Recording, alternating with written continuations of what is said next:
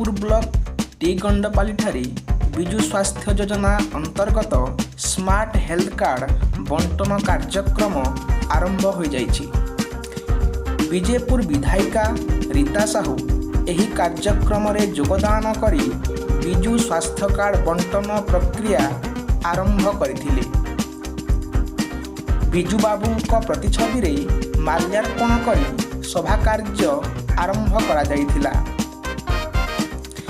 ଏହି ସଭାରେ ଶ୍ରୀମତୀ ସାହୁ ବିଜୁ ସ୍ୱାସ୍ଥ୍ୟ କାର୍ଡ ଓ ଏହାଦ୍ୱାରା ହିତାଧିକାରୀଙ୍କୁ ମିଳୁଥିବା ଲାଭ ସମ୍ପର୍କରେ ଲୋକଙ୍କୁ ଅବଗତ କରିଥିଲେ। ସୂଚନାଯୋଗ୍ୟ ଯେ ମୁଖ୍ୟମନ୍ତ୍ରୀ ଶ୍ରୀଯୁକ୍ତ ନବୀନ ପଟ୍ଟନାୟକ ଓଡ଼ିଶାର ନିଜସ୍ୱ ସ୍ୱାସ୍ଥ୍ୟ ଯୋଜନା ଆରମ୍ଭ କରିଛନ୍ତି। କିଛି ଦିନ ପୂର୍ବରୁ ସେ ନିଜେ ବିଜେପୁର ଆସି ବିଜେପୁର ବ୍ଲକରେ ବିଜୁ ସ୍ୱାସ୍ଥ୍ୟ କାର୍ଡ ବଣ୍ଟନ କାର୍ଯ୍ୟକ୍ରମର ଶୁଭାରମ୍ଭ କରିଥିଲେ।